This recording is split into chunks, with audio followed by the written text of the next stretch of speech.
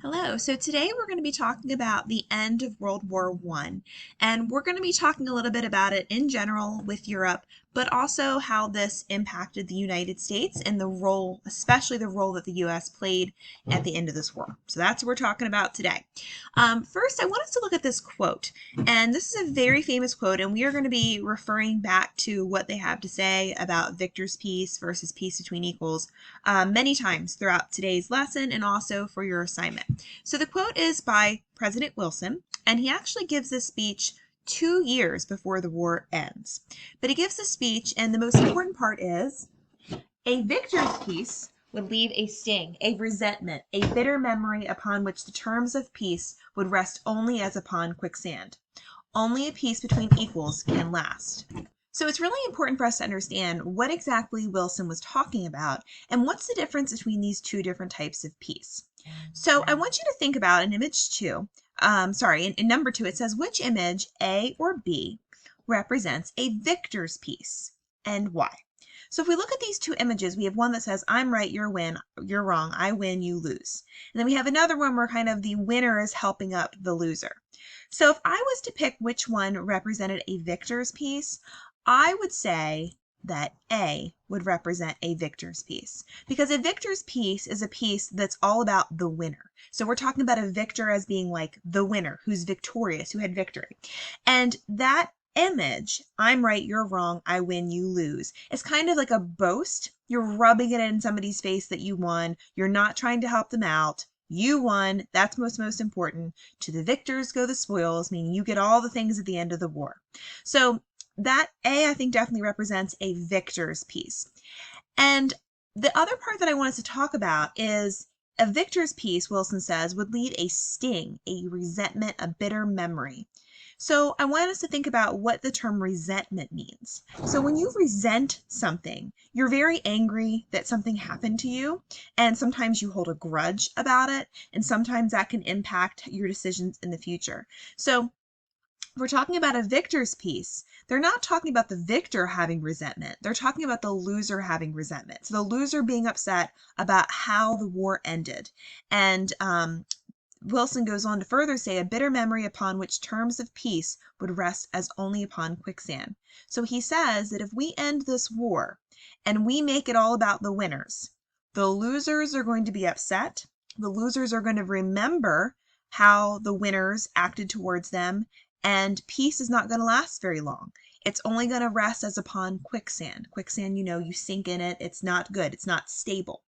So Wilson is saying that a victor's peace is a bad peace. We don't want a peace like that. He says a peace between equals is the only peace that can last. So obviously, if we picked A for victor's peace, then B is going to be what represents us for a peace between equals. And a peace between equals is exactly what it sounds like. It's not where there is a big difference between the winners and the losers. Yes, somebody has to win, but really it's where, everybody is treated as equals. So even though there might be a winner, the loser is not punished.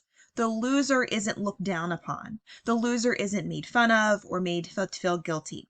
And that is the only way that we can have a peace that would last. And that's really important as we move forward, because we're going to be trying to decide what type of peace is what happened at the end of World War I and how that might have consequences in the future. So please make sure that you understand the difference between a victor's peace and a peace between equals, because we will be looking at that question a few more times today. So let's get to how World War I ends. So soon after the U.S. joins the war in 1917, Russia left the war. And after that, 2 million American troops arrive and they slowly push back towards Germany. So the Germans had control of large portions of Belgium and of France. And so when America arrives, we work with the other allied nations of Britain and France and lots of other ones around the world, and we start pushing the Germans back. We push the Germans back all the way to their border, and once we get to their border, they're essentially defeated and they lay down arms. And on November 9th, their Kaiser or king stepped down. Germany surrenders. And on November 11th, 1918, an armistice is signed, which is kind of a peace treaty. Or just like a peace, and we're stop fighting and we'll make the peace treaty a little bit later.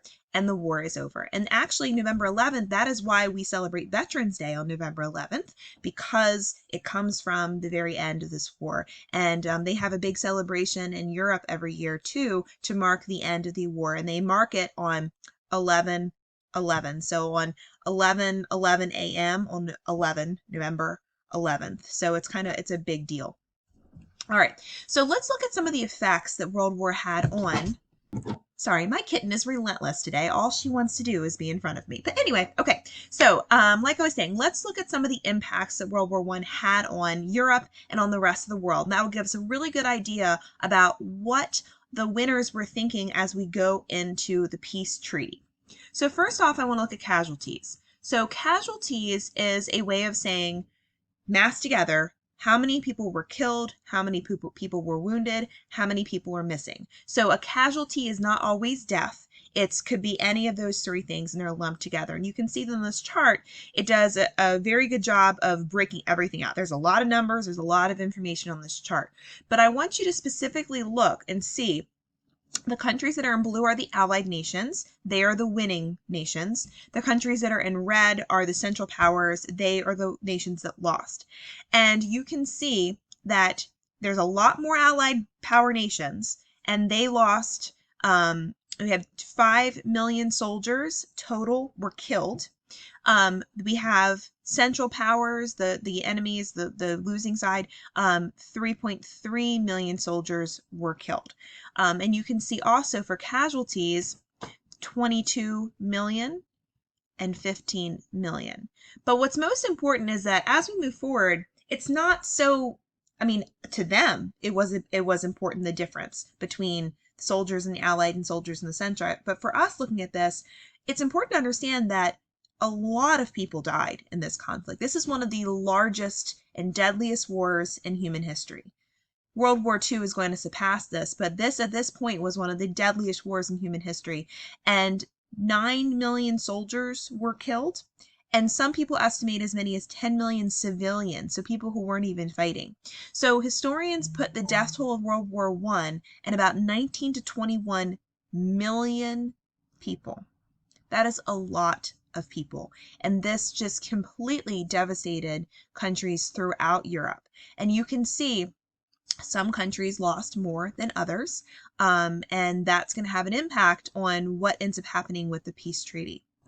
So this other chart I'm going to show you, or map I'm going to show you, gives you a little bit different perspective. This is talking about same idea, how many casualties per nation involved, but it just shows you in a different way. And you can see that depending on the color, the darker the color is, that is the percentage of their total population that was a casualty in World War I, which means they were either killed, injured, or missing in World War I.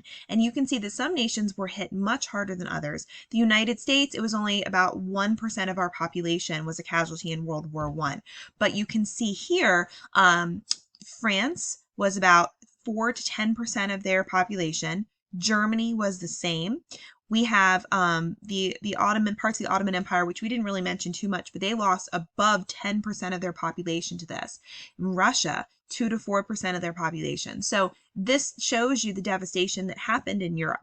Another way that this really impacted Europe was birth rates. So you can see here in this chart between France, Germany, the UK, so Britain, Italy, and Belgium, that during World War I, the amount of babies that were born significantly dropped. Like it went really, really low.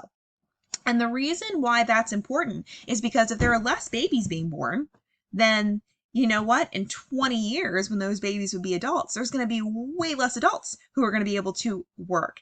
And it's also going to impact it as well because in 20 years from this, we're going to be fighting World War II, and that's going to impact it. Even though they didn't know all this, this all plays a role in the impacts. All right, the next thing, my kitten today, man, is just destruction that came from World War I. This World War I completely devastated Europe, especially in France, Belgium, and Germany. It was destroyed. And you can see in some of these images just how devastating this war was. And a lot of these nations, they were hit really hard. They had to rebuild entire cities. and entire towns. I mean, it completely rebuilt them. Also, farmland was destroyed, so it's going to take some time for them to be able to actually grow crops there again, which is going to have an impact on the United States because we are going to be supplying a lot of the crops to Europe at this time, which is great when we are doing it. But then once Europe kind of gets back on their feet and they don't need to have our crops anymore, it's going to completely crash our agriculture, which eventually leads to the Great Depression. So that has another impact on the United States.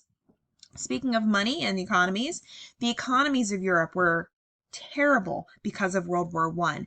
You can see this map here. This is their GDP, so it's their kind of like each nation's income, their gross domestic product. So you can see the amount of money that each country made during World War I, and by the end of World War I was dramatically changed. The only one that had an increase was Great Britain and the United States, because Great Britain, there was no fighting that actually took place in Great Britain during World War I, so they weren't really impacted as much as France and Germany and Belgium, and also and Russia. And also the United States, well, we're getting a lot of trade out of this, so that's also going to help our economy. But this caused large amounts of debt, especially in countries, the losing countries, and that's going to have an impact as we look at what happens with the Treaty of Versailles. So after we look at all these causes, impacts of direct impacts of World War I, the world has to decide what to do next. So we have laid down our arms. Nobody is fighting with the armistice, but the people need to decide, should we have a victor's peace, a peace where the losers are punished and the winners get to boast, or should we have a peace between equals where we try to make everybody understand and have a compromise? Now, President Wilson comes to the peace negotiations and he has his own plan, and it's called the Wilson's 14-point plan. And in this plan, Wilson had a whole bunch of ideas. First, he said no more secret treaties, no more secret alliances, everything's out in the open. Freedom of the seas. People should be able to trade with whoever they want to trade and not being worried about being attacked. We should get rid of tariffs or have very much lower tariffs, and economic barriers should be abolished. We should get rid or reduce a lot of our weapons so that there's not that, fear that fighting might happen. And we should also consider the people's interests in the colonies that are existing because of European imperialism. The other two key points here, we want to make sure that our nations in Europe are allowed to create their own nation. So if they don't want to be part of an empire anymore, you need to let them create their own nation.